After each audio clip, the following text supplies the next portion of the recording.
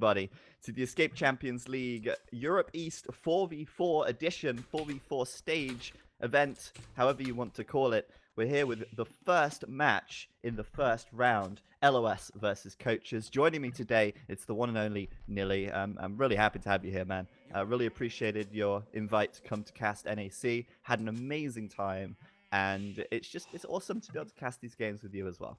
Yeah, I absolutely love it, and I think we synergize pretty well. And I hope that we will see a lot of synergy from those teams. So much on the line, so much pressure, and now they're finally back on the big stage with our first 4v4 match. Absolutely, and so we have Valley as our first map. It's the snowy version, and by popular demand, there is snow, there is not no snow. Maybe we're going to alternate between snow and no snow, because, you know, it's a bit of a 50-50 whether or not people like it or not. But we have LoS, they're spawning down to the south of the map, on the south of the river, and starting from left going to right, we have Miguel in the red. He's playing on the flank as the Magyars. The pocket behind him, we have Mentalist playing right here as the Slavs. In the second pocket to his right, it's ro8 playing as the Indians in the orange. And on the right flank, Dugao playing in the yellow as Malians. Nearly, we've got Mentalist in the game. And that's surprising for some, for sure. Who is missing? It seems like Fire was either traveling or being benched or whatever. Kind of surprising to me as well. Yeah, we got a little bit of a boar steal already coming in here from the left flanks. Miguel taking the boar of his opponent, Eddie. Eddie stealing it right back. And I'll let you, while Eddie is stealing that boar, introduce the coach's team, Nilly. And indeed, Eddie, he is playing his Miso civilization that got them into this tournament to begin with. The Mayans, his pocket position will be Hera, who played incredible in the qualifiers with a Magyar pocket. Britons over there for land, probably not the civilization you want to have at the flank. You probably want to have the Slavs from Matthias as a pocket. So positioning, not perfect for the coaches here. Yeah, not perfect. I know I'd rather have my Slav player in the pocket, but Mateus here will be on the flank. Of course, I mean, it's a very open map, nearly. We've got through the center of this map, this frozen river. You've got a lot of deer in there, and in the 1v1, we saw a lot of players going for that. In team game, though, it is a bit of a different story. Players aren't going to be so risky as to send their villagers out so far when there's, you know, the potential for the pockets to be doing a fast castle or even early aggression. We also see a boar steal from Dugao on the right side, and I don't know if Mateus managed to steal one of his own, but it looks like Dugao will end up with 3 boar here. That's going to be a good solid start for him on the right flank, if I can say so. It feels like it. I don't see the third boar It's in to the south TC. is GC. Ah, okay, that makes sense. So it will be 3 for sure. And you see Dogao Xing quite a bit around Matthias CC. So they're trying to steal even more. Maybe find some people going for deer in the center. But no one really going for that yet. No, we've got Mateus here being kind of, I don't want to say doubled right now, but ro8 joining forces with the Gau's scout, which is now quite low. But of course, you know, this is now 4v4, you've got 4 scouts on the map, potential to do damage right from the feudal age if those players are communicating and working together to find an opening, find some place where they can harass perhaps. So on the left side we see a barracks coming up for Miguel. No barracks in sight for Eddie just yet. He's in fact walling up. And a question for you, Nilly, as the resident expert here. How important is a team wall going to be, and which team do you think is really going to be focusing on that team wall? I think it has to be more of the approach of the coaches here of the team wall, because you see that LoS, they have 4 horse civilization, 4 cavalry civilizations here. I think Miguel might be the only one actually going for something like archers. So they are mobile, they can help each other out quite nicely with the scouts. So they are not per se forced into a team wall. Okay, and while you get your door, I will see what Dugao's up to on this right side, because he's got some militia coming out. Malian militia being queued up on that right flank. And we can see Mateus starting to work here on closing off the right side of his map. Now, Valley is quite a easily wallable map. But one thing that strikes me about Mateus's base at the moment is the gold. It's very far forward. Behind this tree line, you could see, potential for some towers, potential for some archer harass going over the top, and that could be pretty dicey for him. On this right side here, we can see Lan working to get his team wall up on this center side, and you can see Eddie, as we said before, starting to wall up quite heavily, I'd say, on this right side as well. Big solid walls from him, but he's not going to close it in time because Miguel, with those 3 militia coming forward and going to hit that builder right there, denying Eddie the barracks. And this is a, well, catastrophe, really. If he can't build his barracks, he can't build an archery range, and if he can't build an archery range or a barracks, he certainly can't make any military. So bad news for Eddie is he loses a villager as well. And what an amazing drush from Miguel. +1 attack on those militia, of course, when he reaches feudal, thanks to being the Magyars and getting that forging upgrade for free, a tower to follow up, and I'm wondering if Nilly's back. I am back, and that was sloppy play from Eddie there. He should have scouted that area, his eagle completely idle over at the left-hand side. Simply not on point. The quick wards were pretty late as well. Yeah, we have 3 players from Brazil, 1 from Canada, 4 from Europe, but still it feels like... Oh, 2 from Canada. But it still feels like that should not have happened on that game. Maybe first game for him, sloppy play for sure.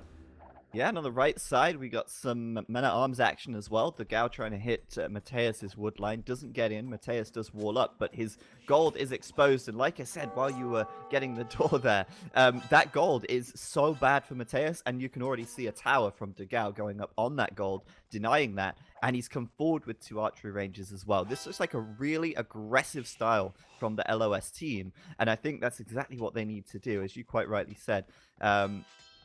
The coach's team are more likely to be team walling, and if they can deny that team wall with this aggression, then that's going to be a positive for them, right? Both flanks, you can see, even abusing the fact that both of them have a bonus for their M&A, as you said before, forging there for Miguel against Eddie, who is screwing up another quick one. No, he finished that. And Togao at the other side, abusing the fact that his Malians have +1 defense here against the potential archers of Matthias, which we won't see too many of. As you said, his gold still blocked. Yeah, no, he has got a gold at the back. He can transition to that, of course, but he does need the wood to do it. And, right now he's making skirms, but these man-at-arms are so good in this situation. A small number of archers and skirmishers, and they get the +1 defense on top of that, reducing the damage the archers can do, which is really the man-at-arms' biggest weakness. So we've got pocket player now. Hira coming over with some scouts to help his flank out, and Eddie's still wrestling with these men-at-arms from Miguel at the moment. Fortunately, his pocket's there to save the day, but Mentalist is on his heels as well, with his own scouts coming from the LoS pocket to fight here also, and I think it's still looking really good for LoS on this left flank right now. I think it's looking good for them on both flanks, and we have to mention that 7 players are playing feudal age aggression. Only 1 guy is going fast castle, and a player in castle age can build a lot of knights, but problems here. Lan won't go for those. He will go for Britain's crossbows. Ooh, yeah, and that's exactly what you were saying. You'd rather have that Slav player on the pocket, because the Slav player can go for knights. They can do bloodlines. Of course, the Britain player could do knights as well. They're just not going to be as strong or effective. And archers, well, crossbow from the pocket, it's much slower. They're much less maneuverable. And this is a weakness now for coaches, because LoS are abusing the fact it's essentially 3 versus 4 for coaches. Yeah, for quite some time. And let's see, Lan, it is just so tricky for him to play this out. Now goes for crossman, goes for botkin arrow upgrade, but then he still faces mass skirmishes, scouts around, and even if he kills that army, it just will take so much time to ever do damage in this game for him. Absolutely. I want to shout out for Mentalist right here. Top scorer at the moment with a lot of scouts. He's done bloodlines on them as well, and he's going to get into Eddie's eco here and find a few villagers, perhaps, at least force them back to the TC. And he's really committed to those scouts, nearly. He's got to find the damage with them, but it seems like it's pretty promising for them on that left side. on the right, Degao with another tower on the gold. He's doubling down on denying gold from Mateus. I said before, hey, he's got the gold at the back. He could use that, but not anymore. There's another tower there. So Mateus in big trouble when it comes to gold collection, having to build a market right now, and that's worrying. Indeed, and well, that's even blocking the wood line, so he went to the right-hand side, but army coming over there again. The flanks of the Brazilians just playing this so convincingly, obviously having strong help with their scouts there, and it looks pretty dire here for our coaches at the flank position, and another raid into the wood line of Matthias. Yeah, I'm looking at also looking. Oh, I see that. That's pretty bad. I mean, both of the flanks for coaches have had a lot of idle time here. Mateus 14 deaths right now. Eddie amazingly only has 2 deaths, which is incredible given the pressure. He's done really well to keep those villagers alive, but he's still suffered a lot of idle time. Hira, most kills on his team right now. We've not seen a lot of him, but I think he's been raiding on the other side. You can see he's hit the wood line of Miguel, and I think he's trying to hit the pockets as well where he can. But at the moment, Lan reinforcing the right flank. But again, like you said, there's still a lot of skirms, there's a lot of archers there, and Lan just hasn't done the damage yet. And he's going forward now. He has 5 kills. If he gets closer to the Gao, he has very little answer to that. And we see maybe ro8 now with some camels trying to clear this up. Has +2 defense on those. Lan needs to do the damage ASAP if he wants to buy some time for Matthias. Yeah, we'll see, because right now Lan was the player who did the fastest castle time, but he's not got the most kills on his team. He's struggled to do the damage so far with those crossbow, and meanwhile you've got ro8 just doing that +2 defense, but since he's the Indians, it'll end up being a +3. Indian Camel is surprisingly quite good at taking out crossbow, so we'll see how that develops. Meanwhile, it's Hira now who's getting a big raid in the back of his base. That's light cav from Mentalist, and I said before, you know, he made a lot of those scout cavalry. He's done the upgrade, and he's doing +2 defense as well. It looks like LoS might be able to steamroll this once the knights start coming through and the camels start coming through from the pockets as well. Oh man, and now the light cav are indeed in. Mentalist here going for the light cav, as you said. Hira is trying to follow that up. An upgrade that we don't see too often. Eddie is coming over trying to defend there, but so many villagers going down. And if we compare the villager numbers, already a nice boom advantage here for LoS, and they keep up the aggression. Yeah, so I guess my question is to you, Nilly, is the expert analysis, for the expert analysis. What do you do when you have the Britain pocket in this situation? Do you just say, okay, well, my knights aren't the best, but knights are still the way to go, or do you do something else? I think it's a mistake to pick Britons on those settings. Just think about it, like Valley plays pretty similar to Arabia. And how often do we see Britons picked on Arabia? Also not 100% sure if I like Malian so much, because you're pocket 50% of the time in a 4v4. So then going for eagles out of the pocket for plumed archers, not your greatest option. So I feel LoS already started in this game with a quite nice advantage simply because of the civs. From civilizations alone. And of course, it's important to remind everyone that the ruling for civilizations for the 4v4 is that during their set of games, every match they have to take 2 civilizations from the civ pool, and then they can pick freely from the rest of the civs. So obviously we have Slavs for both teams, we have Magyars for both teams, and then the Britons, Mayans, Indians, and Malay are the wild cards, or the outsider civs from the civ pool. But I have to agree with you, Indians and Malay seem like a stronger choice than Britons and Mayans here. Well, obviously we are saying that because now they are pocket. If we had Britons at the flank, we probably could have said, like, yeah, Britain's so good at the flank, so a good choice there for sure. But I feel like double archer civs there just felt super risky. But on the other side, LoS went for 0 archer civs, so I'm questioning both civ choices. At the moment, it worked out better for our Brazilian-Canadian composition. Yeah, I'm liking right now the fact, however, that Coaches have seemed to stabilize a little bit. They've repelled LOS back to their side of the map. On the right side, LOS sort of sitting back, waiting for Dogau's upgrades to come in before they push out. Oh, big And hammer this go could at be the a right hand side. deadly fight. Yes, I'm watching that as well. The Camel's diving in. Nicely done by ro8 to dive in with the camels there. The wall's having to be deleted by Mateus's team. Mateus to get back. Lan bringing the crossbows back to try and do as much as possible, but Mateus's skirm's a bit caught out of position. Surely they will go down to the camels here, and I'm wondering if Lan can hold on his own with just these these crossbow. I somehow doubt it. Oh, military count at the moment for Matthias at 1 now. Just short before reaching Castle Age, so that's pretty ugly for sure. Well, the +1 range should really help out. I think he should do some damage there from the long distance, but maybe overcommitting a bit. Yeah, it's looking pretty tricky. Left hand side, not looking great either. Yeah, we've got a raid coming in from Mentalist and Miguel, hitting the pocket player Hera, and I think they've gone over to Hera here because Eddie's got a castle up on his flank, so we're seeing them go for Hera now. He's obviously doubled down on Knights. He's got 2 stable production full upgrades, but Mentalist isn't too far behind, and he's supported by Crossbow here, so there's not a lot Hera can do. Does need Eddie to come over and support him with some Plumed Archers, and Eddie's Plumed Archer production has finally begun, perhaps a little bit later than he would have liked. Oh, yeah, obviously the strategy plan was different, but well, he's ahead in villagers now against Miguel, who's going for Magia CA. So Eddie is loving life now. Had a very rough start, but can slowly start to fight in here. It's looking different. On the other flank, Matthias, his town center, now even getting heavily pressured.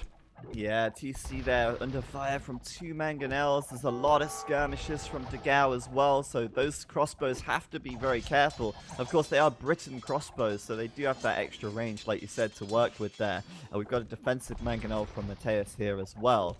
Now, you know, it's kind of difficult for Mateus in this situation.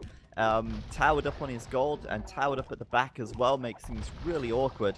Perhaps he could have done a defensive tower on his back gold to make sure it was safe, but at the moment, he's got more to worry about than a defensive tower. His TC is about to go down. Yeah, not a lot of villagers working there anyways, but it was kind of a retreating point for Lan. Was hoping to not see them overcommit. Yeah, go ahead.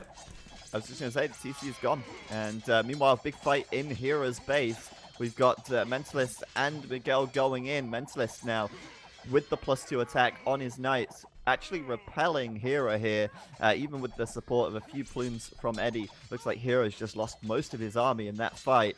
And, well, it's just look at the military counts, nearly. I mean, everyone on the LOS team with, 20 to 30 military, and everyone on coaches, with the exception of Lan, under 10. Yeah, that's pretty ugly for sure. And Lan is on the way to him, so is ro8, but then Imperial Camels against Arbalest won't be the greatest thing ever, and before that he will have to face a lot of elite skirmishers, and you can see they won't continue this game. So, GG being called there in game number 1. Coaches giving it up after their pocket player gets absolutely beat down on by Mentalist's Knights and Miguel's crossbow after Mateus loses his TC on that right side to that deadly combo of Indian camels and Malian skirms. But there you have it. The GG is called. We're waiting for Mateus to resign right now, and the game will end. Mateus maybe didn't get the memo, or maybe he tabbed. There we go. He got the memo in the end. So coaches do go down in the first game, and it did look extremely strong from the LOS team. I'm pretty sure that if coaches still had a restart to call here, they would have called it. So I believe they even had a bad Civ positioning in the first game, called a restart, and afterwards still got Britain's pocket and had to play with that. So I'm pretty sure that was very unfortunate for them here. Yeah, well, I mean, that's the problem, though, like you say. I mean, they had a free pick of any Civ from the pool, and any Civ from the remaining Civs. It's not like they were restricted in civilizations in any way on this map. They could have absolutely picked other civs, and I guess you're right. I mean, if you had Britons on the flank, maybe it would have been a bit of a different story. But at the same time, you do have to consider, well, you take that risk. You know, when you have two civilizations that want to be on the flank, you take that risk. You're only going to hit that every 1 in 4 games, right? On average. What? Okay, let's let go into nearly math here. It was unfortunate for sure. And what are the remaining maps? Because I felt the TIFF choices, for example, Mayans, I probably would love to see them more on Scandinavia than on Valley. What are the two left maps? Well, Scandi let's and? just first of all have a quick look at the achievements. Okay. But yeah, the maps that are coming up, we have. Well, I can quickly have a look. 1 second. Let's see here. It's going to be Acropolis in Scandinavia. Ah, yeah. But stats, you can see LOS one clearly there. But military-wise, it was Degao with 78 kills and 50 deaths, looking strong. But more impressively, I think Mentalist 76 kills, but only 30 deaths in that game. He was on fire, and eco-wise, he had a solid eco as well. I think Mentalist there deserves the MVP star in my opinion, and he does get it as well. So good game from him. Look at that, 106 villagers, Nilly. Jeez. That's a solid boom for sure. Someone throw some water on this guy. I think, yeah, Riot and him never really got raided, so kind of makes sense that they pulled ahead so heavily in the eco there. What a sick game from Mentalist. Solid play for sure. Went on to so many scouts. Didn't have that many kills early on, but just helping out Miguel there with all the aggression over and over again. Beautiful team play from a guy that we felt could have maybe created some problems when it comes to communication. Maybe, yeah. I mean, you have to think about it. It's a Brazilian team with one Canadian guy and one Swedish guy in Spaden. I don't think Spaden will play that much, but Mentalist's proving his weight in getting the gold medal there. So I think he's definitely proving himself worthy. So next game, Acropolis. Again, it's going to be another really fast-paced, action-packed map, but it will be a Team Acropolis, which is a little different to the version that we saw in the 1v1 stage. And in the chat, I'm being told, I think it's 1 in 6 to have 2 flank civs on the flank. Yeah. Nearly math, does that check out? That sounds better than 1 in 4, yeah. Yeah, that does sound about right to me too. Not that I would know. But anyway, let's not waste any time. We'll get into Acropolis right here. And I realize when I type numbers on my keypad, it changes the scene. So I need to not type numbers. Oops. But Member asked to wait a minute. Okay, so we're going to just wait for a moment here before we start the next game. But Acropolis, Nilly, you were saying about the civs. Talk me through what you're thinking in terms of civ picks here. Team Acropolis is a very interesting map. There is a chance that you can actually do a wild team wall, like Tyrant against SY that we've seen, and SY finished it a bit earlier, like the old famous game over in China. But most of the times we have 4 players very clumped up. So it is, if you have army, pretty easy to attack one guy, he takes his villagers into TC to attack the next guy. So building feudal army is absolutely crucial, but it's also very easy that if you have backward, for example, to just have one player go uncontested fast castle and have some walls here. So it is a very strategic map, and I think you need to put a lot of thoughts into what civilizations you want to have here. Okay, well, I'd be interested to hear your thoughts about the civilizations once they actually come up for us here. Our game is launching, so we're going into the second game in just a second, waiting for that to come up. Oh, and we're in. All right, perfect. Good stuff. Welcome back, everyone. LOS versus Coaches. This is game 2 in their best of 3. This is already match point, and LOS are 1 point up after that first game on Valley. A very, very dominant performance from them. And as Nilly was just saying, it's going to be really important to look at civilizations as we go into Team Acropolis here. Team Acropolis, very similar to Acropolis, only all the players are on the same Acropolis instead of on their own Acropoli. This word is starting to sound weird to me, so I'm going to stop saying it. But I'll introduce the top team. That's LoS. On the left flank, you've got ro8 playing in the orange as the Goths. The Pocket Mentalist in the purple playing as the Turks. The second pocket, Degao playing as the Burmese. And on the right flank, Miguel in the red as the Franks. Though it's worth saying they're not really flank or pocket because they're all in one clump. Nilly, go ahead, introduce the coaches, and then let's dive into the civs in more You detail. need to do that because H crashed for me. Oh, okay. Well, while Nilly relaunches the game, I'll go through and talk about coaches then. We have Lan playing in the teal as the Spanish.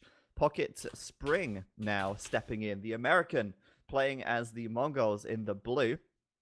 The grey player Mateus in the playing as the Indians, and Hira in the green playing as the Huns. So quite different civs actually. I don't think any team share the same civilization at all. They've gone completely unique civs. Okay, so that's really interesting. Let's go maybe tip for tip, right? We have a lot of time. Hunt, obviously incredibly strong. You can go for CA, you have a strong scout rush.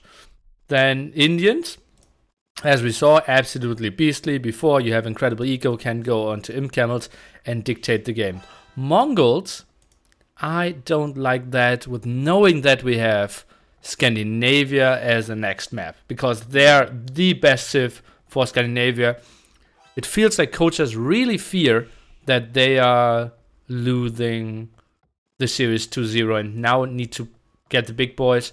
Obviously great because 4x scout bonus and land with Spanish. Maybe they're expecting to go in the very long game and then they're well set up with a great trade. Yeah, I do think they've got really solid civs, to be honest. And your point about the Mongols being great on Scandinavia, that is true. But there's also a lot of other great civs that could be pulled out there as well. And they need the win now, you know? They need the win in Scandinavia as well, but they also need the win now to get there in the first place and try their luck at that stage of the game or in the series. But yeah, I think they've got really good variety. They cover all bases with this lineup, and it's worth pointing out for those who might not know the rules so clearly that they can only choose each civilization once. So if you take Mongols now, you cannot pick Mongols again later. Which makes it coaches. Yeah, which makes it tricky, and we need to think about civilizations more than in a very easy just pick your civilization format. So ro8 now going for Goth. Isn't that interesting? Goth in Battle of Africa. Kind of the weakest civilization. Least picked, I believe. And so that's really, something I didn't expect. It makes somewhat sense in a best of 5 series for me. Because Goth here, you don't really need to stonewall. You have teammates so close by and can always let them wall for you. Maybe they were thinking to counter Mongols and love to have some husk cuts against Mango Dice. That could be for me the kind of only reason. Could be an option, and you're right. I mean, Goths were basically last picked in the last major tournament we had every time. Goths and Vietnamese, the least liked civilizations by the expert players in Battle of Africa, hands down. But like you say, this is a great map for it, right? You start really close to your teammates. Your teammates can help you wall. Your teammates can help to protect you. And it's interesting as well because something I've just noticed. You look at Mateus here. He's taking 3 boar. And that's something that you can do. You can take the boar of your teammates. I don't know if that boar was stolen, but I have a feeling Spring has to... Yeah, because Lan only has 1 boar as far as I can tell. Huh? Maybe they missed... Lan has only 1, yeah. But, you know, that's something that you could do. You could, you know, make an imbalance in the resources. So, but it could also be that Lan stole the boar because Lan's scout was very low. I see 2 boars under every other TC on the other side, with the exception of Miguel. So maybe they stole. No, Miguel has 2 boar as well. So that boar from Mateus, the third boar he took, was Land's boar, confirmed. Interesting. So some shenanigans going on the coach's side here. Yeah, if you go full crazy, you can have like the Franks go for 3 times berries, the Mongols go for 5 boars, the Britons go for 20 sheep, and the Teutons building farms for everyone. But, well, we are not on that level of Age of Empires yet.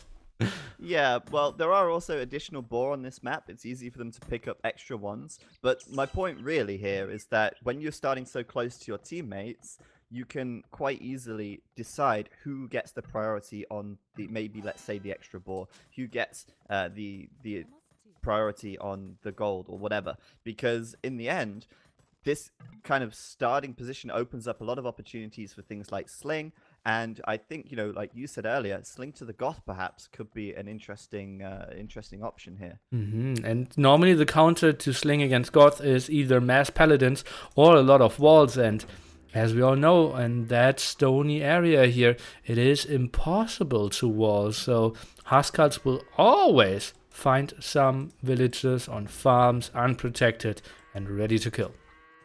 Absolutely. And we can see the big team wall coming in for LOS already. They're teaming walling across the front, they're team walling up at the back, and they're even walling in their wood lines against any potential early scout raiding. And we can see Spring here making 3 scouts right now and sending them across the map. Will he find anything? There's surely going to be a hole somewhere. I can see a hole on the right side already.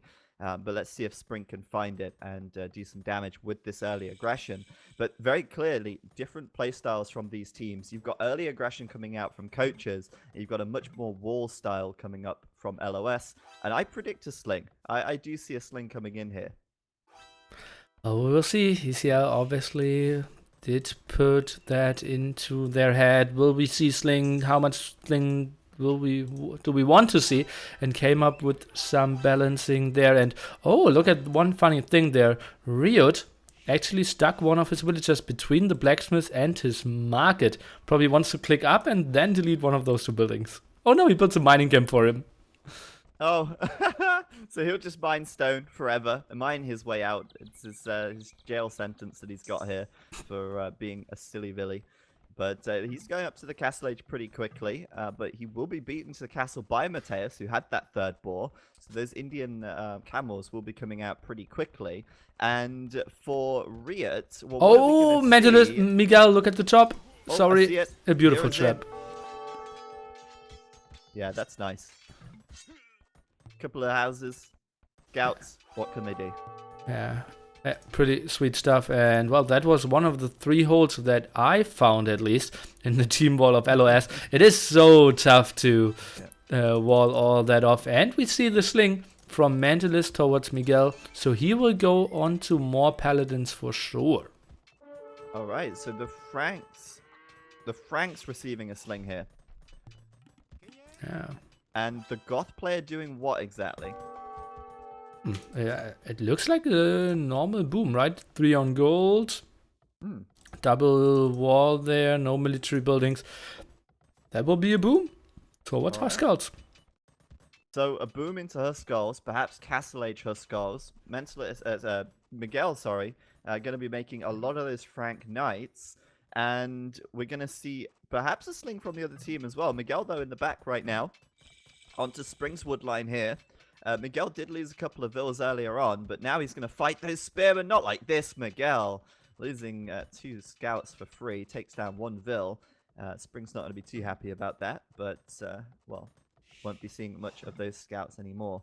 But still, we see Mateus up to castle now, the first camel coming out for him, and a TC at the back. So he's going to be booming as well as creating these camels. It's not going to be an all-in military push. He's not done bloodlines. He's not done +2 defense, for example. Yeah, and that really reminds me of the game Coach has played in the qualification stage against Alliance.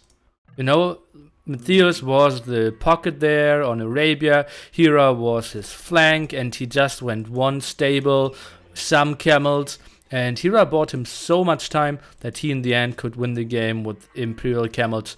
I think he's trying to aim for the same thing again. Okay, well, we'll see how that goes. Obviously, in this game, we're going to have the Goths booming as well here. The third TC coming up for ro8 already.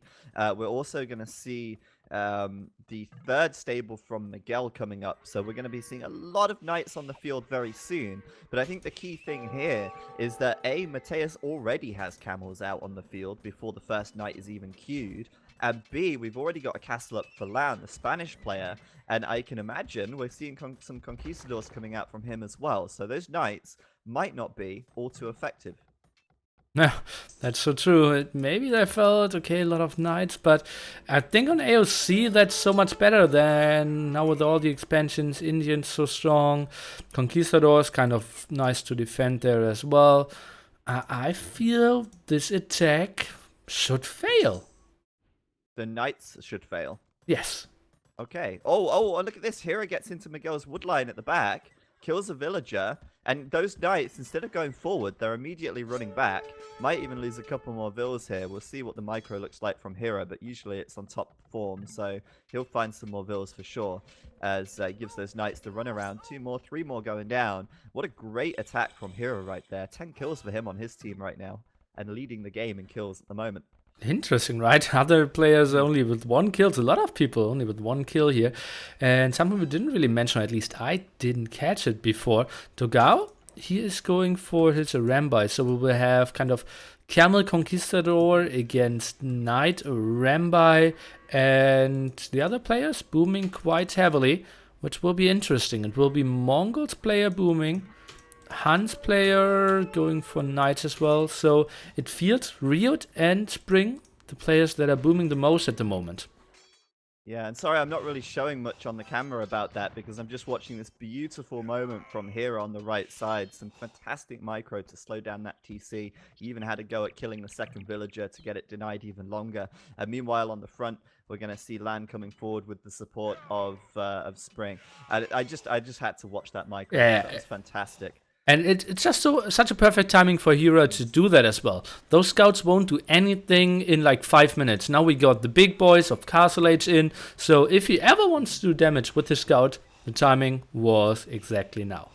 Yep, following up now with knights as well, and I'm like really interested to see how the Arambai and the Conquistador matchup goes. You don't see that all too often. Obviously, these guys are working with the hill here, and that's something on Acropolis that you do have to deal with.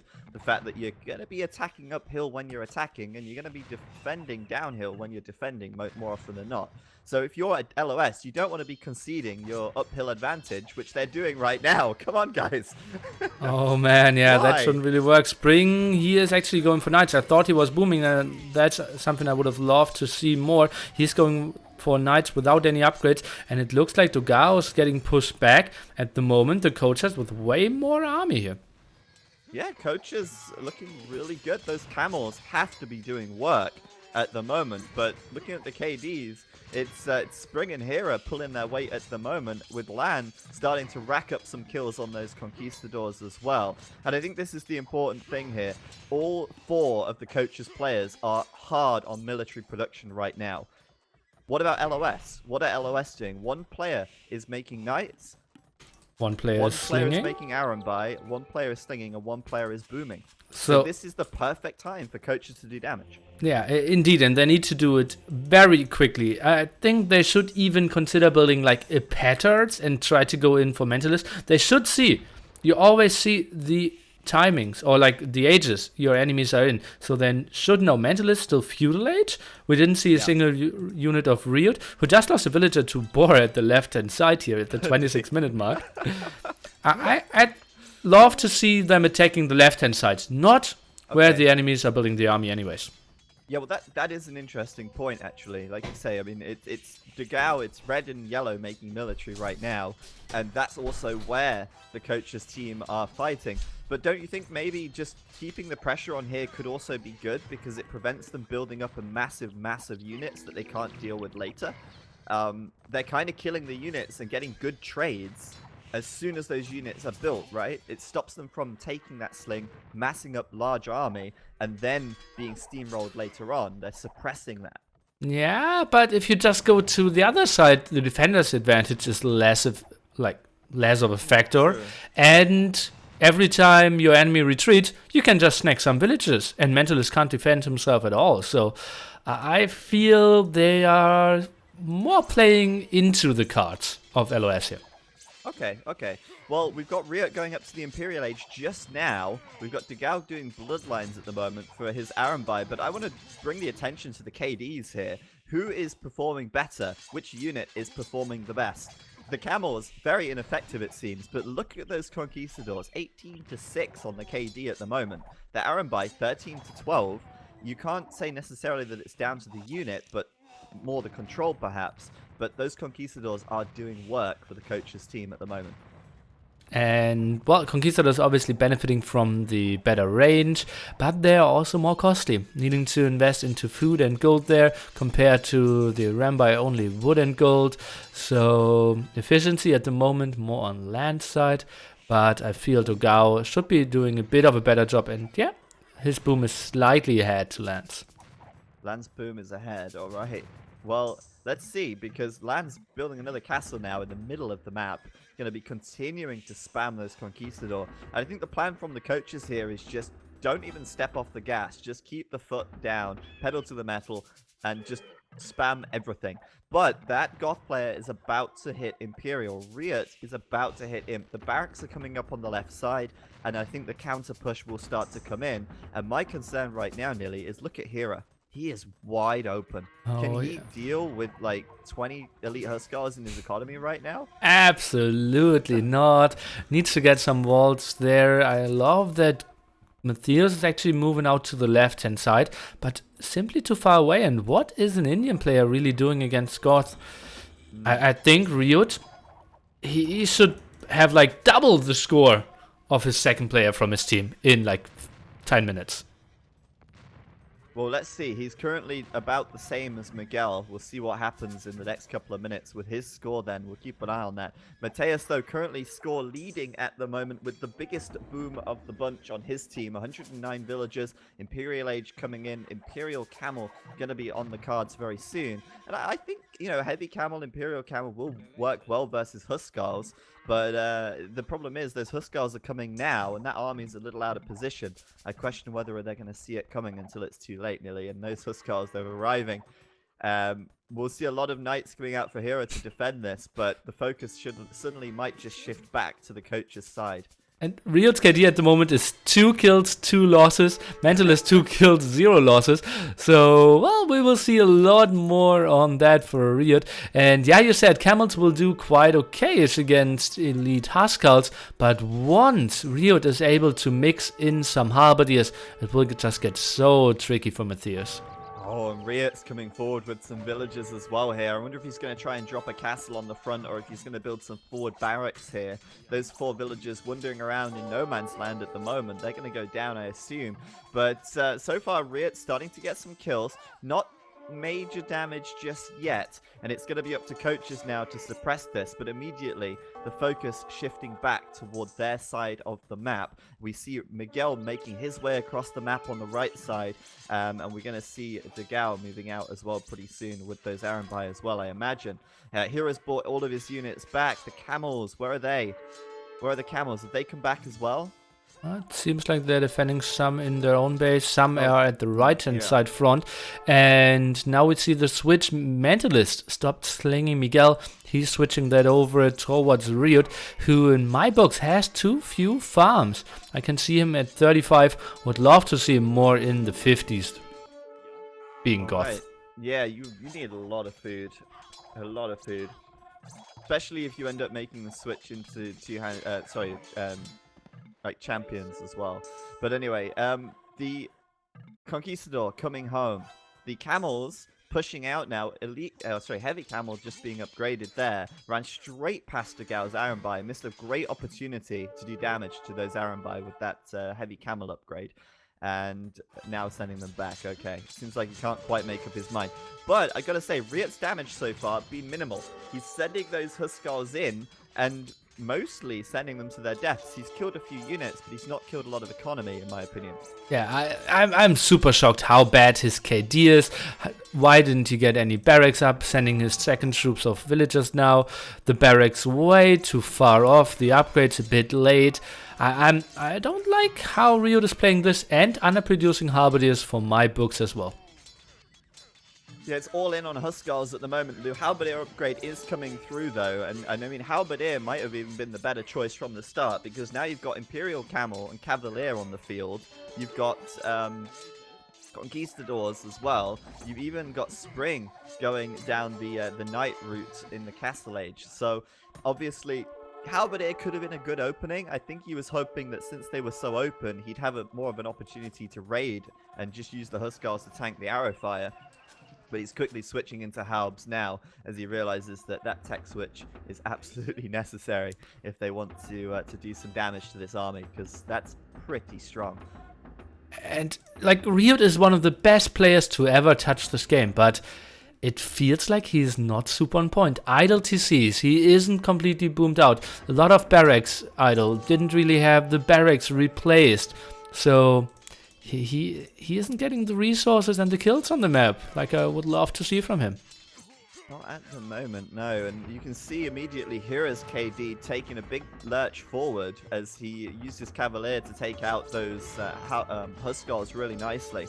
I think a mix of Halb and Huskar would be really good, because obviously you can deal with the Conquistadors a little better as well, and of course deal with those Mangudai a little bit thanks to the tankiness of the Huskar.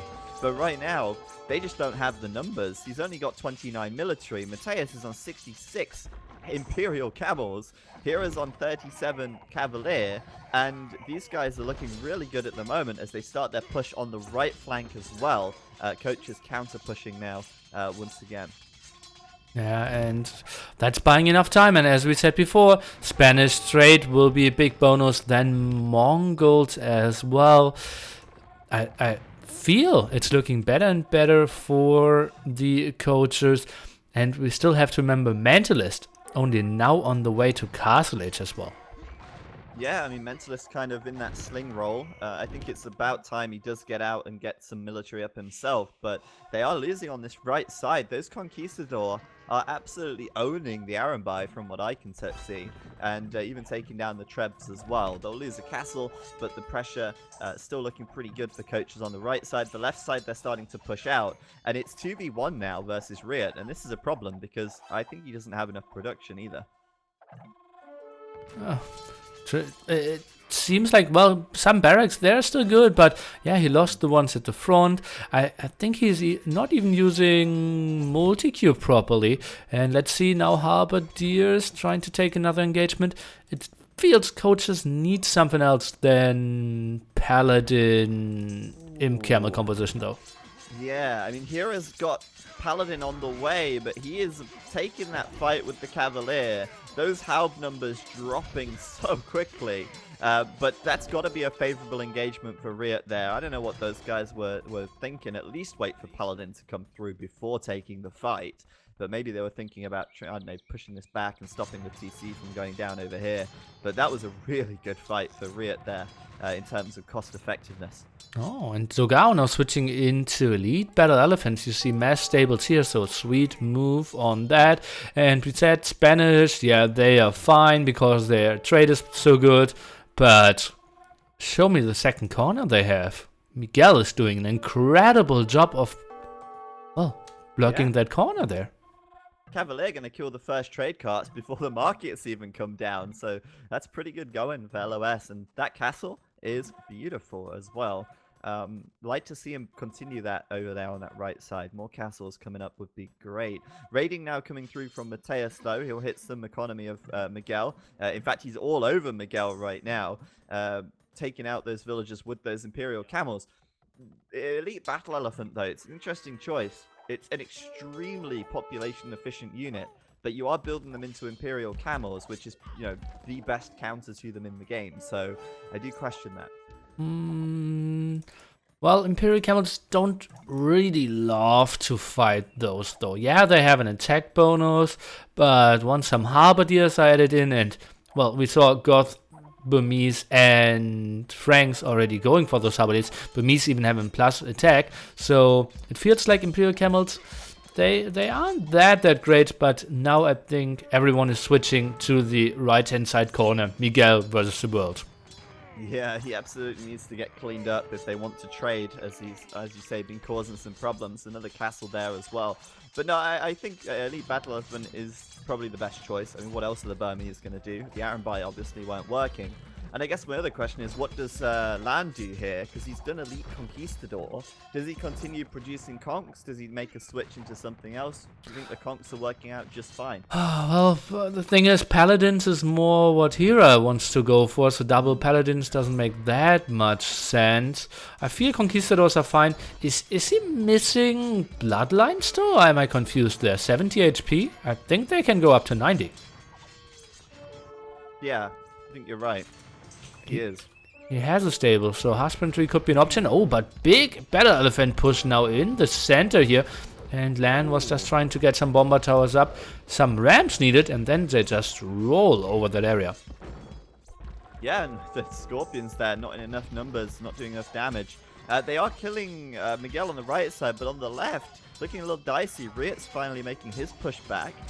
More and more Halbs coming over, and Spring doesn't really have the Mangadai numbers yet. I noticed this before, but it took him a while to get the Mangadai numbers up, and I think it's because he lost a castle on the front, and I think, you know, he's only got 2 castles right now, which is not good, right? You want to have at least 3 or 4 castles if you're playing the Mongols, and he's going to put 2 more down, but they're coming quite late, so once he gets the Mongol Mangadai running, in combination with these Paladins, they will be able to hold the left side. The question is, will they hold the Battle Elephants in the meantime?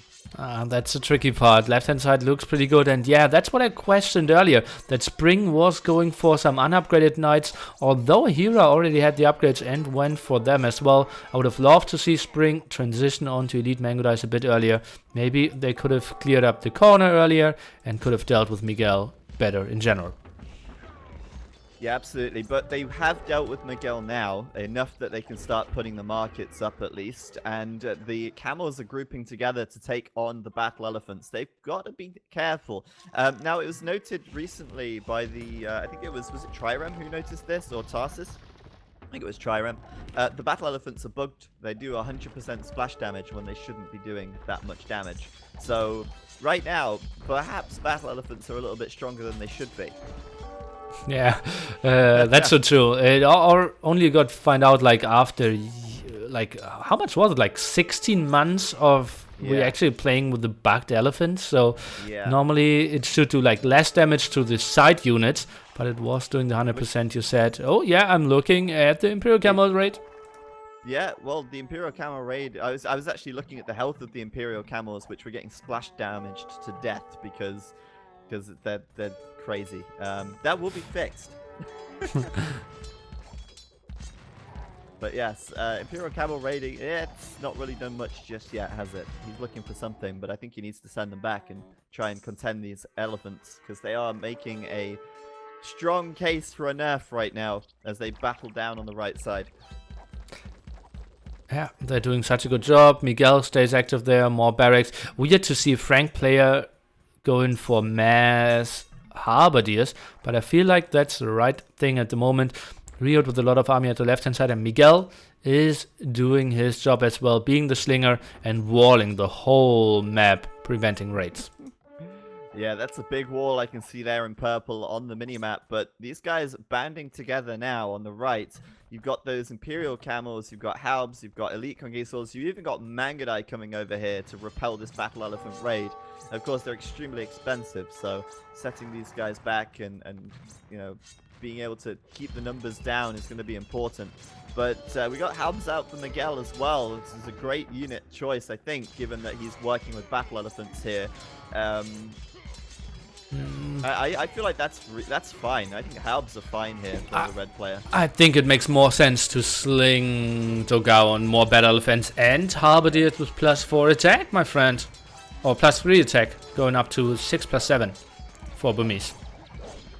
That's true as well, and actually I'm just looking at Dogao's population right now. After losing that fight, which was a fantastic fight for coaches, by the way, not only did they just take the score lead, but Dogao's down to 138 pop, and only has 700 gold in the bank, so this is a bit dicey right now. We got some raiding from Mateus in the back as well, finding some villagers, getting into the trade line a little bit. They might have a massive wall off, but it's not stopping Hero either. He's got some Hussar on the left flank, sending them through whatever holes he can find.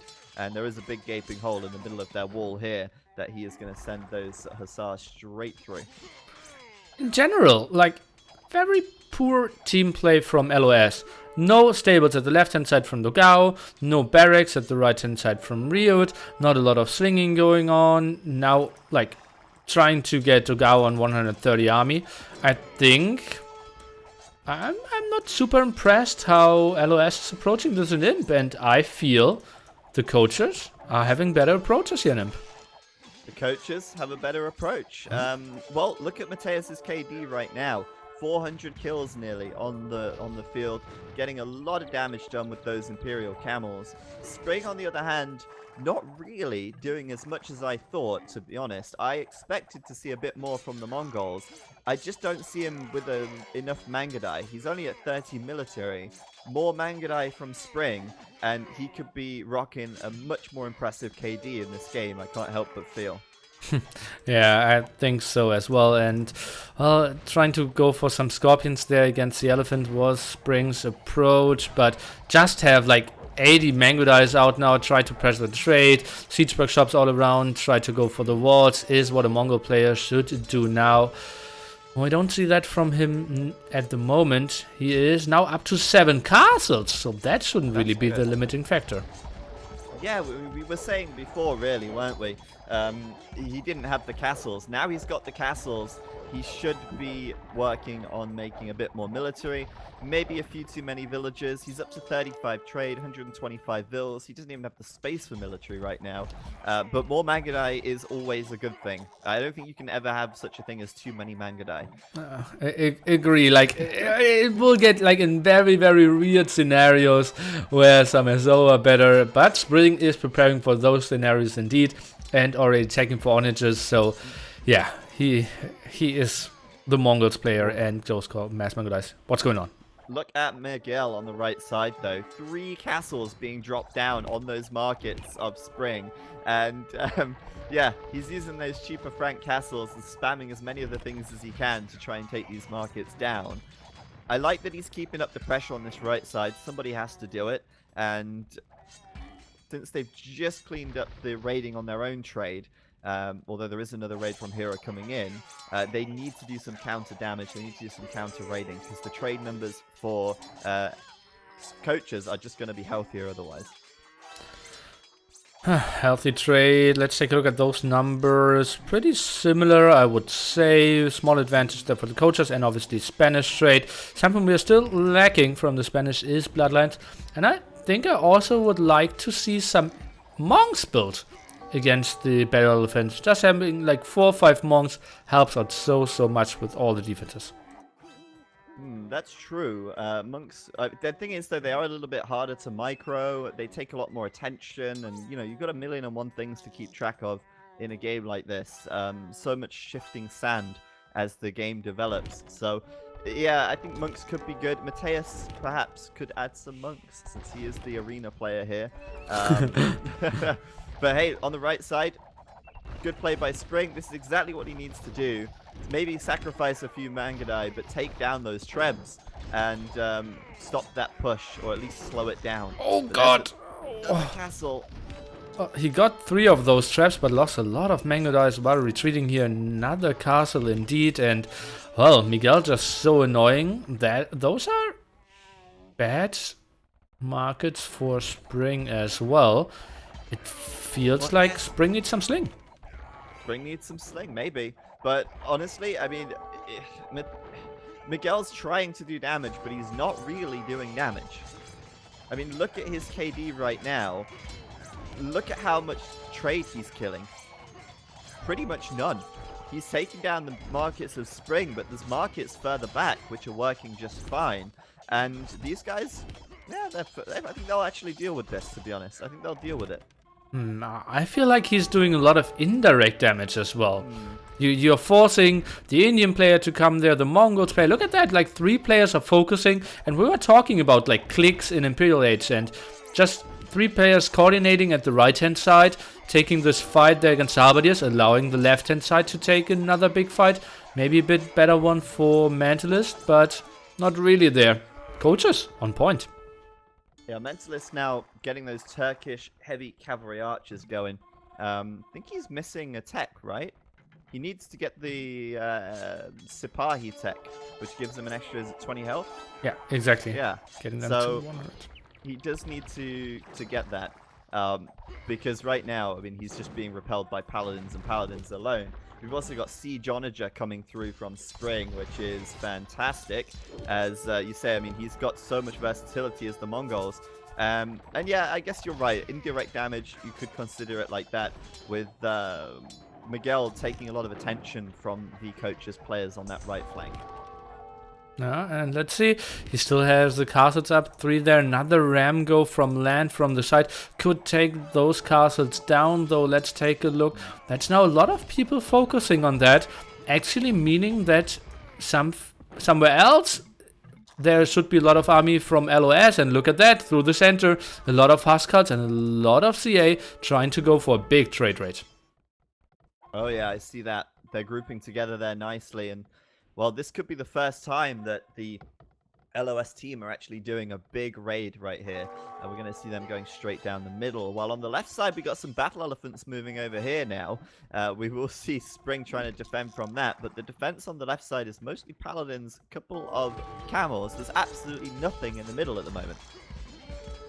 Well, let's take a look. Some heavy camels are coming over. Think I would have loved to see Halberdiers instead of Huskar protecting those CA, because what is the army that is really clearing those heavy CA up? It is either paladins or heavy camels, so you don't really want to have Huskars to protect those. Yeah, that makes sense, but I think he's probably thinking, well, the Huskars will be able to tank castle fire and be able to raid the trade for longer, perhaps. But yeah, that's a good point. If he plays more of a protective role, then those heavy cavalry archers have the potential to do a lot more damage in the long run. Since they're not chasing the trade down, the trade comes to them, and their archers, their arrows chase the trade down. Already doing significant damage as the Imperial camels come over and gets headed off by some more, and even Mangadai here from Spring as well. This has been a really intense game, actually, quite a long one, and it could still go either way, nearly. Yeah, and that's the beauty of this map. It's really tough to really kill a team very early on if the trade is established. Those maps, or this map, always delivered so many good games. Now we can see some tech switches. Sipahi finally for Mentalist, and Miguel is going for Paladins now. Look at Miguel's position at the edge of the map. Isn't that a beauty? Now, obviously, Mangadai right there and Camel's right there as well, but damn, if there were no ranged units there, think of the damage he could do with those heavy cavalry archer. Of course, they're going to die to the Mangadai, but that's just a beautiful little spot. Yeah, agreed, and just forcing so much more idle time, and those are the points where normally we should see an attack at some other point from LoS. We see a lot of Halberdiers grouped up again. Dogao, pop 180. I think I want to see a big sling onto him and see him on like 80 battle elephants, maybe with some scorpions behind that. At the moment, it feels like he's attacking with too small of groups. Well, it's true, really. I mean, the thing about these late-game Imperial battles, it's so momentum-based. If you can just crush us at one of the flanks, then they're not going to be able to get back on their feet and defend easily. And meanwhile, your 80 battle elephants will just destroy everything in their path. So I completely agree with you there. I think if you look at the KDs as well, I mean, obviously the players don't have access to this information, but if they did, they'd recognize that Dogao has clearly the best KD on their team right now. And it's all because of those elephants. And if he was to just, like you say, get up to, let's say, 80 elephants, then they could just make one big push on one flank and maybe even kill it. But at the moment, they're losing ground on both flanks, nearly. They're losing out on the right, they're losing out on the left, and it's looking really good for coaches at this moment in time. Left-hand side, Mentalist is trying to defend with some bomber towers, but beautiful team play there. Spring even killing some of the wood lines here, allowing his teammates to go in, and yeah, as you said, both times at both flanks actually getting pushed from the coaches at the moment. Small raids in the left-hand side trade, but that's cleared up as well. Yeah, the trade raids have been pretty short-lived for for both teams, actually. They've been dealt with really nicely. Looks like Mentalist is going for another raid now through the center, while on the right side, the push is doing really quite a lot of damage to the defensive structures, but they're not making much more ground now that the elite battle elephants are there to hold the ground on that right flank. Left side, however, is looking a little bit dicey. Now we've got the addition of the siege onagers, we've got the paladins and the imperial camels working in tandem. I think, well, it's looking like they could crush it on this left flank at the moment. Left flank, I just checked Riot's ego. He has 30 farmers and had 75 trade cards. He's now down to 66, but that's not really like how it should be distributed. If you're God, it should be more like 70 or like 60 farmers, like 35 trade cards and some villagers on wood, but well, he's just floating in wood and now just gave 5k away. So at least his teammates are getting some Teammates are out of pretty it. rich, and receiving that money, it's going to be, I think, the Gao, right? Getting some gold. He's got about 1,800 gold and 1,200 food now to make more battle elephants and more Arambai.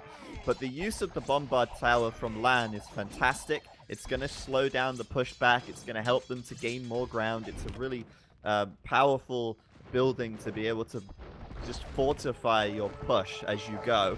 And on the left side, the Bombard Towers from Mentalist, well, they're in very short supply. I only see 2 of them, and they're already being taken out pretty quickly by these trebuchets as well.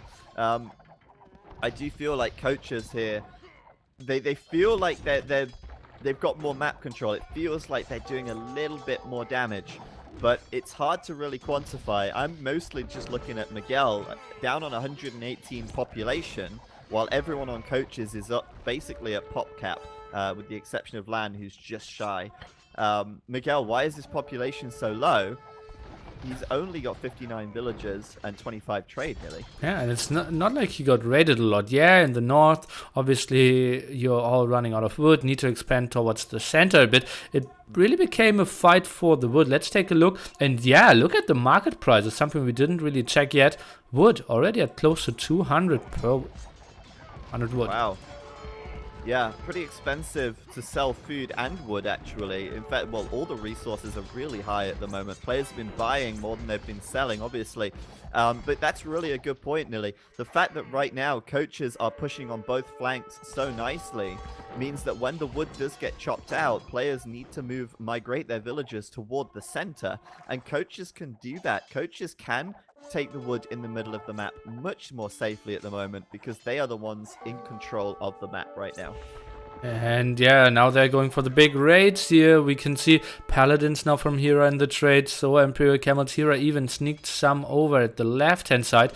Rebuilding stables at the front. I love how Hera is playing this, getting so much aggression out. And Riot cannot hold the left-hand side. No, I don't think he can. Even with the Goth production bonus, I mean, he's still making Huskars, Nilly. I don't get it. Why is he making Huskars right now? Oh yeah, has too much gold. I mean, that's the problem, right? He's got 5k gold and only 160 food. It's a economy balance problem that he's facing. As you said before, he's only running 36 farms. It's just not enough. Oh man, and if I have to point on someone that I expected more of, it is probably Riot after this game. Lan is pushing at the right-hand side now quite nicely, bought enough time for them. And now you can see, well, they are all grouping up quite nicely. You can see 3 players at the right-hand side, sometimes even 4 players, 3 players at the left-hand side as well. So the team play absolutely on point from the coaches here. Yeah, you've got the siege support from Spring, nicely done, with the siege onagers, the heavy scorpions. He's doing cap ram, siege ram now. But yeah, I mean, this combination on the left side seems unstoppable, and LoS are calling it right there, Nilly. They are giving the GG in the chat, and coaches will take game number 2 after an hour and 19 minutes of game time and an extremely intense Team Acropolis game. Whoa. That was a hard-fought victory, but in the end, I think, when we were talking about the civilizations at the very start, I kind of thought, coaches have really got a good shot with the civs that they're running right now. And we said they picked very strong civs. Now they will have extremely, like, or not like a top civs for game 3, but it felt Goth Turks. They were going for the weaker civs, the LOS guys, and now going with the stronger civs in game 3, you can still screw this up. I like the momentum for coaches going in game 3. Yeah, coaches though. Let's talk about the end sort of KDs. We'll go to the achievements here, I think, real quick, and have a look at that. Looking at those military stats, Mateus there, 909 kills, 771 losses, mostly down to his Imperial camels, I think. Really, he was just that unit so versatile. I mean, there's so much cavalry in the late game. It can kill the enemy cavalry. It can kill the enemy cavalry archers. They're tankier than regular camels, so he did a lot of raiding damage. I think he did a lot of raiding damage onto Miguel actually, which is why Miguel's population was so low in the end as well. And then you've got the support from Lan in the form of Siege Rams Conquistadors, which was fantastic because they performed really well versus the Arambai. And then Hera on the other side doing Paladins, which, with Paladin and Imperial Camel, that's a real strong combo. And then, of course, finally Spring with the Mangadai, which came a little bit late, but he ended up with his head above water at 416 kills and 273 deaths. Really well played by coaches there. Where did LOS go wrong, Nelly? What do you think went wrong for them? ro8. He was the only guy out of all the 7 booming, and he couldn't do any damage. That's not how booming works. Normally, he should have aggressive barracks, more halberdiers, the Huskarls should raid everywhere in the back, and I feel like halberdiers at the front, killing the cavaliers, and then Huskarls running around is the better option. He didn't get the first wave of aggressive barracks up as well. Unfortunate game for him, and he needs to carry. Like, we were hyping him at the minute 30 mark, and he never delivered. Well, we expected more damage, didn't we? And he ended up doing the Huskarl over the Halberdier, and that might have cost him a little bit. But yeah, even in the end, his eco balance wasn't quite there. Quick highlights as well. Spring with 12 castles in the end, even more than the Franks, who had 9. Quite impressive stuff. And Mateus with 4 relics as well, which is impressive. 7,000 relic gold for him. Quickly looking over at the economy just to see the sling stats as well. Mentalist slinging 26,000 resources over to pretty much only over to Miguel and to Degao. That sling though, how effective was it in the end? I think maybe could have been better to have all 3 of them fighting and have ro8 just doing the boom. But what is the Turk going for? I didn't mind the sling. I felt they had the advantage at that point. They were slightly behind in points, but if ro8 just gets aggressive barracks up and goes for mass halberdiers, yeah, it's tough to kill TCs, but then gets an aggressive castle up. I felt they weren't behind due to the sling. Okay, that's interesting. So, anyway, that was our second game. After that one, having a look now at the map pools, LOS take game 1, coaches take game 2, and it's all to play for in game 3, Scandinavia. But as you pointed out, LOS have potentially got the better civs now. Coaches, they use their Mongols on the Acropolis map there. They don't have Mongols now for Scandinavia, which, as we know, has the 3 boar and the additional deer. How much of an impact is that going to have? Mongols is the civ #1. They also won't have Spanish. They also won't have Mayans. Kind of, I'd say maybe top 3 in those scenarios, because Scandinavia is so easy to wall as well. So that could be another long game. Spanish so good. It will be really tricky for coaches. I think they need to win the game early imp, or they will lose. Okay, so coaches have got it all to do before the game goes super late. And, well, I mean, we know, sorry, how strong the Mongols can be in the late game. But in that last game, the game we just saw, the Mongols didn't really have that much impact, I have to say. Spring wasn't massing up the Mangadai like we might have expected. He didn't have the most impressive stats at the end either. Yeah, but he was facing like two of the strongest counters, like Huskarls at one side, Mm. Burmese elephants with 8 pierce armor on the other side. So it is tricky for Mongols to fight those two civs.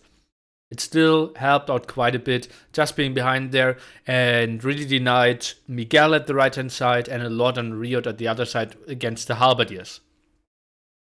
All right. Well, just to remind everyone of what is to come today, we've got Aftermath versus Secret coming up next. But first, before we get to that, we've got the match point now between LOS and Coaches in their best of three. We're going to be starting the next game in just a moment here.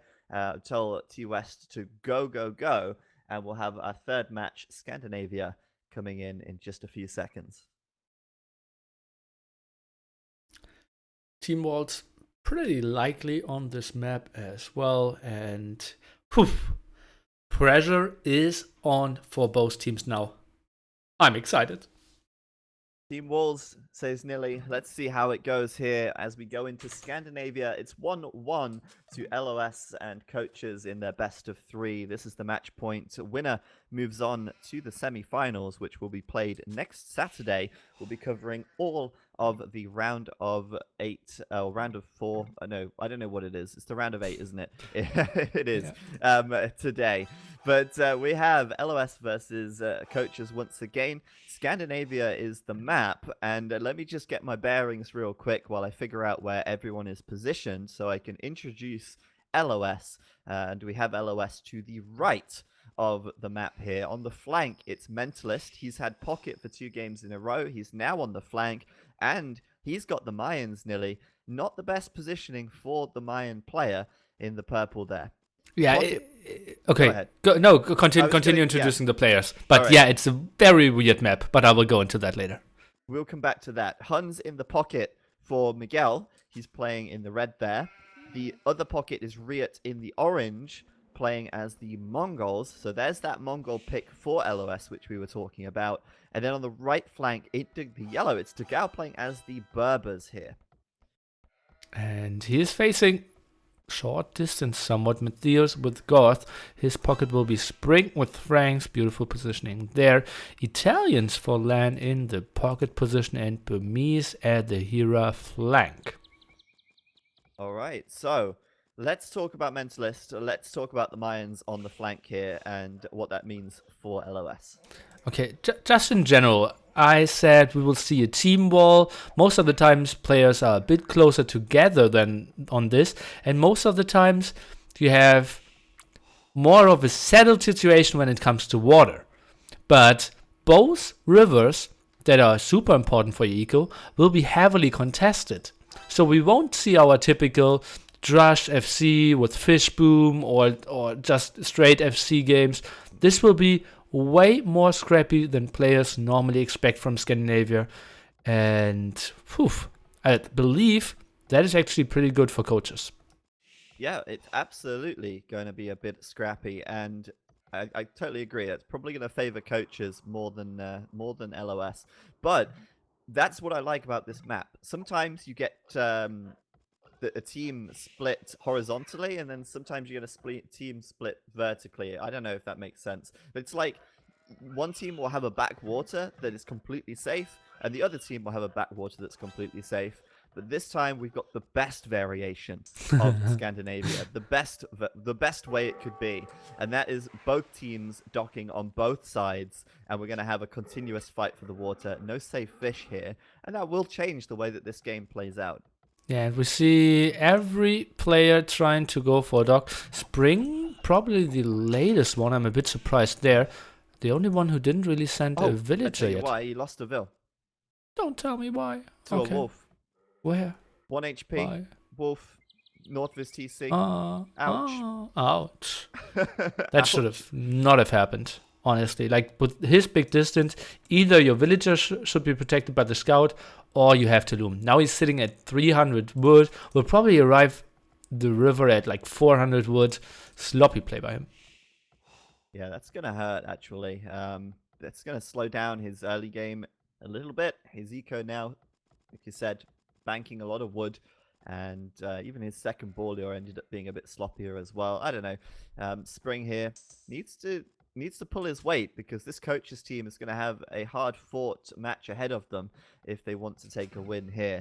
Also, though, Nilly, we've got Italians now. What do you think about that? Because obviously, Italians late game, Genoese crossbow is an option, and the Genoese crossbow will perform well versus the Berbers and the Mongols and the Huns if they are able to mass them up. If it's kind of open ground and you can decide where to fight, yes it is. But once Onage is out, those Genoese crossbowmen aren't doing too well anymore. I like the pick in general. Maybe would have loved to see it more on Valley. But as we said, open map should be kind of good. His boom should be very good, abusing the cheaper fishing ship as well. And it looks like he will go... What is he going for? 956? Is that... he's going for water. Oh, out of the pocket position going for water. Interesting. Well, he is the Italians, right? It makes sense Well, that the Italian player would perhaps make a play for the water. Now, the fastest player to the feudal age is going to be ro8. He is also in the pocket, but he's the Mongol player, so that's expected that he'll be so fast. And he's putting down a barracks, so we're probably going to see scouts coming out from him, getting some early harass going with the scouts. Maybe he'll have enough resources to squeeze out a fire galley and start doing some damage on the water here. But Land should be the first to strike on the South River, as he'll be looking to defend him and Hira's fish, as they both have docked on this south side. oh man, and this will be so scrappy. Controlling the water, controlling the land. Spring kind of forced into fast castling here. So ro8 will be very active. Matthias, he is the one with the first real aggression, going for the M8A forward. Dogao, those stone walls shouldn't finish in time. Yeah, that's a big stone wall for him. I don't see that happening, but with that said, ro8's going to have his stable up in a second, and he's going to be producing scouts to reinforce that right flank. So if they can just push these men-at-arms away, they'll be good. Mateus trying to build a tower there. I've got a suspicion that this tower might not go up, because...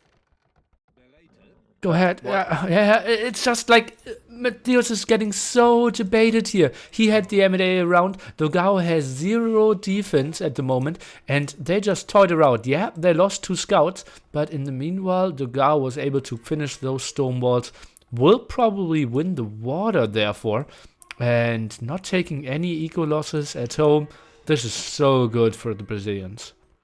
Yeah, well, I was wrong about the tower going up. It certainly is up, but I thought maybe ro8's scouts could make it over there fast enough to stop it. But look at this. We've got a boar that's not being taken by Dogao here because the walls. But he's not too worried about that boar anyway, because as you can see, 2 lumber camps, 5 on gold. It's going to be water play from him anyway, and that stone wall is continuing to come up quite nicely, as well as meeting the wall of ro8 to start building the team wall out for the Brazilian team. That's going to be closed off pretty soon, actually, Nilly, from left to right. And Stonewall as well, lovely play, and I just hate how Spring and Matthias are approaching it here. Just giving up the water? That makes 0 sense. Scandinavia water is just way too important. I think ro8 will be in a beautiful spot. Uncontested water, complete team wall up. Beautiful spot for them.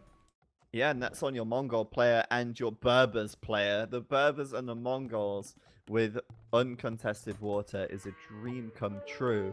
But it's Spring now, going up to the Castle Age very quickly. And it looks like coaches here have set their sights on the land. It looks like they've forgotten about water altogether, and it's going to be a double stable night push from Spring, as the Franks from the pocket could do some damage with that if LoS have a hole, or if they are not walled completely. I think by the time he gets castle, they're going to be walled completely, and not just walled, stone walled as well. Yeah, and well, there's one version on Scandinavia to still make something happen. It's by landing with transporters, but they don't have water control either, so that's not an option. I think Spring, well, even losing some villagers here at the front, he will do nothing. Well, in order to do the landing, I mean, they're going to have to win the water on the south. That's their only option right now. And it's looking okay. Mentalist and Land going ham with the fire galleys at the moment. Very few demo rafts, but we finally got Land bringing some demos out. Might be able to do some damage with them. As Spring hits castle now, and uh-oh, look at that gold mine. Losing another villager there. Spring, 2 kills and 9 deaths. Only 21 villagers, nearly. He's 10 villagers behind his teammates right now. Yeah, and this is the guy that's supposed to be doing 2 stable nights. He can't even make a 3rd or 4th night. Let's play a small pop quiz. Show me the food eco of Spring. There is none. He doesn't have a single villager working or a fishing ship at the moment. That's just, he's at 22 food. Oh, he's seeding some farms. Hallelujah. So he's managed to make 2 knights, which he's sending to the right flank, which is now stone walled. Some village, no, I think they were the men at arms from Mateus. They died on that right side there. Mateus is 4 kills and 11 deaths right now. And meanwhile, Spring's having to idle his TCs. He doesn't even have the food for villager production right now. This is just... Ouch. That makes just 0 sense. Team Wall's not up, and that's just sloppy play from the coaches here. And like, they have a lineup of 6 people and a lot of smart ones there as well. I'm really surprised how they didn't like set up good strategies before that. I said it is an untypical map for Scandinavia, but still, that doesn't look like great preparation. How do we play as a pocket? What's our general approach? Anything is wallable if you wall hard enough. And this is a hacking wall from the LoS team. It is huge, but they made it happen, and they're paying, well, they're getting the benefit of it right now. Those knights can't do anything. The weakest part of the wall is Miguel, but Miguel is now castle. He's going to be making knights. Hero can't do any damage with his archers, and LoS are looking like they are on fire. Left-hand side, big demos, yep. maybe. Seeing that, they were decent shots, but they didn't take anything down. That was a good one. That was a lot of damage, good damage there, but it's not enough. Land's still going to lose all of his fires. What he's doing? He's trying to go for some kills there, but that amount of Mentalist fire galleys, he's playing this very nicely as well. Did finish all those walls. It's so tough to go like triple dog, try to micro with demo and fire galley there, and then still make palisade walls and stone walls behind that happen.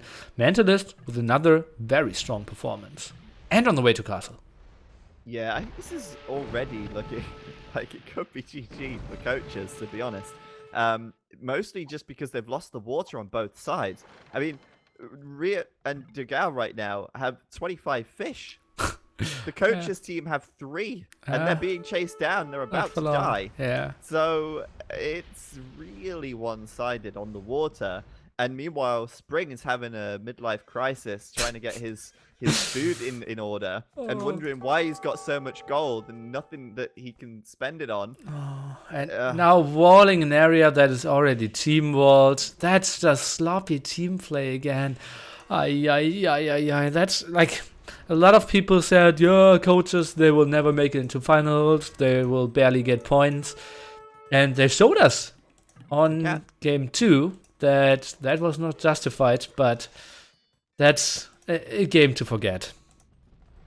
Well, they can absolutely do damage, but this game has been a little bit of a Titanic at the moment, from what I can tell anyway. And I think, well, it's really, we shouldn't be too harsh, because we know they're the underdogs in this one. But it just doesn't seem like they came into this with much of a plan, and you need a plan of action. Admittedly, Spring's villager dying on the way to building the dock is unfortunate, but it just doesn't seem like there's a huge amount of communication going on here either. Like you said, there's the re-wall of an already team-walled area here, which just doesn't need to happen. Maybe you can make an argument, okay, he's preventing, like, landings from the water there, but all the aggression is already at the front of the land. We see Matthias going for pikemen trying to defend their villager count. I'd say like 34 more for LoS. Fishing ship count 41 more for LoS. 41 additional fish. That is quite something. And I can hear villagers dying, but I don't know where they're dying. It's super weird. Oh, maybe in this wood line over here. Yeah, there was a little fight. There it is. Looks like Hero lost a few units there to the Knights of Miguel. But yeah, the castle from Mentalist will go up on the front, and this is the problem now. These Arambai, they're fantastic. These Knights, they're also really great as well, but they can't do anything because they can't get in. There's just no way in. Well, Miguel only has one layer of palisade, so if you want to attack, it probably is there, but that looks like he's adding more stables now as well. He's going for the aggression. He still has Fish Boom as well. His eco is rolling quite nicely. Yeah, even if you try to attack, it will get tricky, and Togao is now bulletproof as well, getting another castle up. Dugao's getting another castle? A castle. Oh, a castle. Okay, He already built one in game 2. So he's got the camel archers on the way out. We can't count the castles across games. That doesn't count, Neil. Okay, then first castle. But even Miguel doing... Oh, no, not Miguel, sorry. Riot doing a castle on the front of his base as well. Getting that up nice and early so he can start Mangadai production when he's ready for that. At the moment, he's on camels and knight mix. But trying to take down these siege units while the camel archers from Dogao can hopefully pick off Mateus's pikemen. And I've got to give credit to Mateus here for trying to do this aggression with these pikes and siege. He's actually putting on some good pressure. He's fighting 2v1. He's looking pretty good as well, to be honest, with 30 military right now. He's got the biggest military in the game.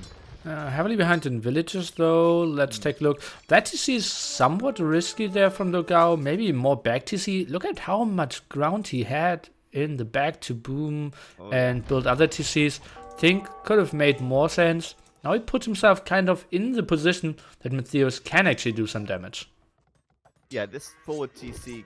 Yeah, it's got a potential to go down, but he's got his own defensive siege workshop up, and he'll immediately trade out one of those mangonels. He'll get I wanted to say he'll get a second, but he left that one with 2 HP. That will surely get cleaned up by the TC there. And the other mangonel will finally go down. What are you seeing? Yeah, it was the same. I just wondered where the mangonel got shot from. Reared up to Imp. So, one gold player, let's take a look there, already has a castle up as well, enough stone to build a second one. Elite Mangodais then coming out, then Hera will not have a lot. Lan is not looking like he will get onto a lot of army pretty quickly. This will get really dicey. Riot, maybe another shot for him to dominate the game. Well, Spring, got to give some credit out. He actually has pulled himself up by his bootstraps. He's up to 67 vills now, which is more than 2 of his teammates, and not too far behind Hera. So he's made up for the fact that his eco was stalled a bit earlier on. But when you compare that to the LoS side, just look at the villager difference. Look at it. Riot with 103 vills, Miguel on 90. They are like for like ahead every step of the way in villager count. And that's not even including the fish, of which they have an extra 40. So, at the moment, it's absolutely crazy. Lan trying to salvage something on the water in the south with those fires, but the food has already come in. They've already filled their boots with fish, and at the moment, LoS are going to be transitioning into a really big land push once these Imperial Age upgrades start to come through.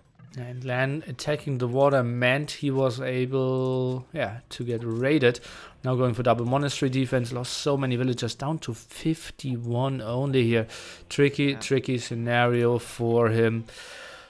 Generous Crossman, something we said could maybe do something against like Huns, Berbers, Mongols. But well, not if he is in Castle Age.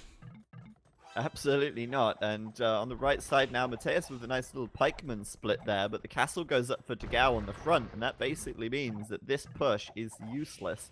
These pikemen will not be able to do anything here, apart from run away and try and get back to safety, which means Mateus is wide open now for the Mangadai, which are backing up the camels. Things are looking very dicey for the coach's team. What can they possibly do from this position? You've got a castle drop on the face of Hera on this left-hand side from Mentalist. You've got Imperial Age coming in for 3 of your 4 players on the other side, and then you've only got one guy going up to imp, and that's Spring, who has less villagers than, well, even the flank of the LOS team. Yeah, like, it's now your decision. How much camera time do you want? Because, like, advancing is not really an option anymore in this one. It's just looking too sick here. Maybe you can go onto, like, mass mangonels and do something, but honestly, like, God can't really do much. His eco is way too bad.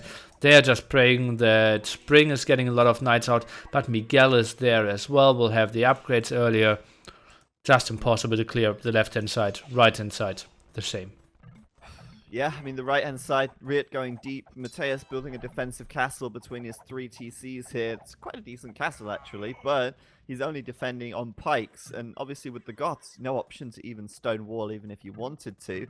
Not that coaches particularly tried, and where they did try, it looks like they failed, because Lan has a massive hole right now, which ro8 is, Mentalist is and Miguel are entering into, and Cavalier is about to pop, so that's going to come through, and it's backed up by plumes. Lan's just got some monks out, but I don't think this is enough. This could be a... Well, actually, there are some Arambai close by as well. I didn't see them at first, but that TC could go down. It could go down indeed. There's so many Cavaliers there, +4 already, getting the +4 attack as well. And at the moment, the TC is only not going down because they feel like, okay, let's kill something else. They could easily commit onto that. Arambai coming over. Well, it seems like they're retreating, but now ro8 is coming as well. The pressure for LOS just so heavy in that center. But it looks like Spring might have the numbers. Upgrades, not too nice for him though. Yeah, he hasn't got the defense or the attack upgrades compared to Miguel, who, as you say, is already +4/+4. Paladin's already on the way for Miguel as well, and now he's backed up by Elite Mangudai and some more plumed archers. These guys got to be careful, though. The Arambai still pack a punch, and they can basically one-shot the Cavalier, as you saw there. But they're actually going to back out for now. But meanwhile, on the right side, Mateus is just collapsing under the pressure of Degao. Another castle drop from Degao on the front. Treb's now deploying, and Mateus is still in the castle age. So there's basically nothing he can do short of making about 40 Huskarls that could possibly save the day. And those camel archers at the back giving him the runaround as well. So I'm a bit worried for Mateus on the right side. No sign of help from Spring either. And that's why they need to resign here. G to the G, big fight at the left-hand side didn't even happen. They needed to resign before that. And game number 2 was incredible. Game number 1 and 3 felt kind of one-sided. LOS will advance. And they will play the winner of AM against Secret, which we will see next. Yeah, that last game was very similar to the first. Some dominant performance from LOS, and obviously we did have them down as the favorites, but when they won extremely convincingly, and when they lost, we had an extremely long, epic, hard-fought game. So it's safe to say that coaches had to fight with everything they had to get that victory, and they got it. And if they can fight like that in the future, and they can keep that level of intensity going, then they could absolutely take a set of games from some of the teams in this tournament. But for now, they'll be going home at the end of Game 3. It's a 2-1 victory to LOS. And as you say, Nilly, LOS will advance to fight the winner of Aftermath versus Secret, which will be coming up next. So don't go anywhere. Stay tuned. Aftermath versus Secret coming up in just a moment. We won't be looking at the statistics for this game because, well, there's nothing to say, really. All there is to say now is... stay tuned for Aftermath and Secret, and we'll be back in, we're going to put 10 minutes up because we're going to have a little longer break between the games, since it allows us to do some shout-outs and do some important announcements and things like that. So we'll be resuming in about 10 minutes' time with Aftermath and Secret. But before we go and take our very short break here, before our next set starts, don't forget that there's a giveaway going on right now. You can click underneath the stream on the !Raja panel and enter the giveaway for free and have a chance of winning a Microsoft Surface Pro. Exciting stuff. So enter that. nothing to lose. Exclamation mark Raja in the chat also gives you the link, but typing exclamation mark Raja does not enter you into the giveaway. You have to click the link and enter into the giveaway on the giveaway page. We also have a new website, escape.gg, where we have, well, I built this website in about a week. That's what I was doing all week. And you can find out all the information about the event there. You can find all of the caster information. You can find all of the civs. You can find the maps. You can find information about the maps. We're going to be updating that with stats. That's at escape.gg. Please don't kill the website. I don't know how many people the server can handle. But if you want to give it a stress test, go to escape.gg now and do that. And I will also say thank you to, let me just see here real quick.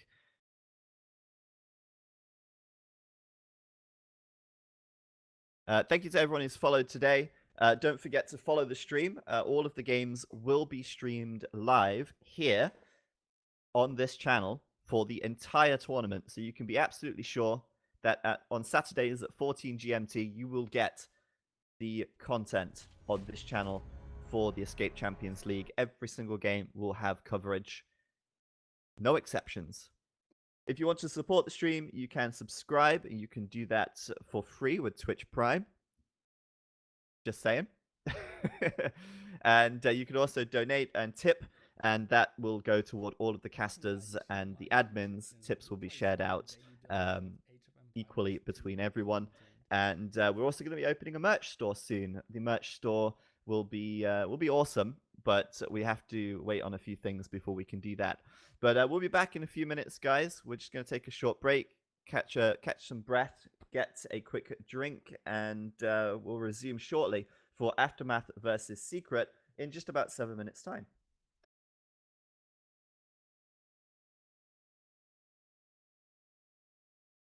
And if T West could update the scoreboard, that would be awesome.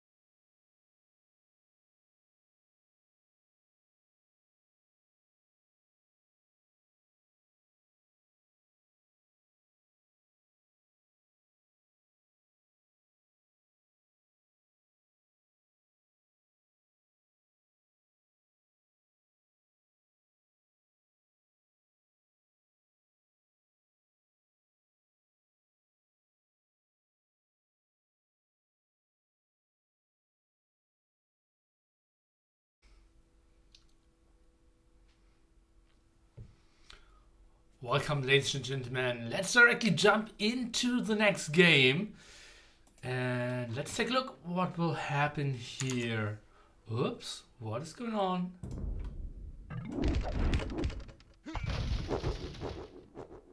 The game ended. That's because the series is already over. This is just a VOD to avoid some spoilers. So yeah, you already saw the series till the end, and this is just a VOD without any content coming up, and therefore you can now close the video, and I hope you didn't get spoiled before at YouTube. Enjoy, guys.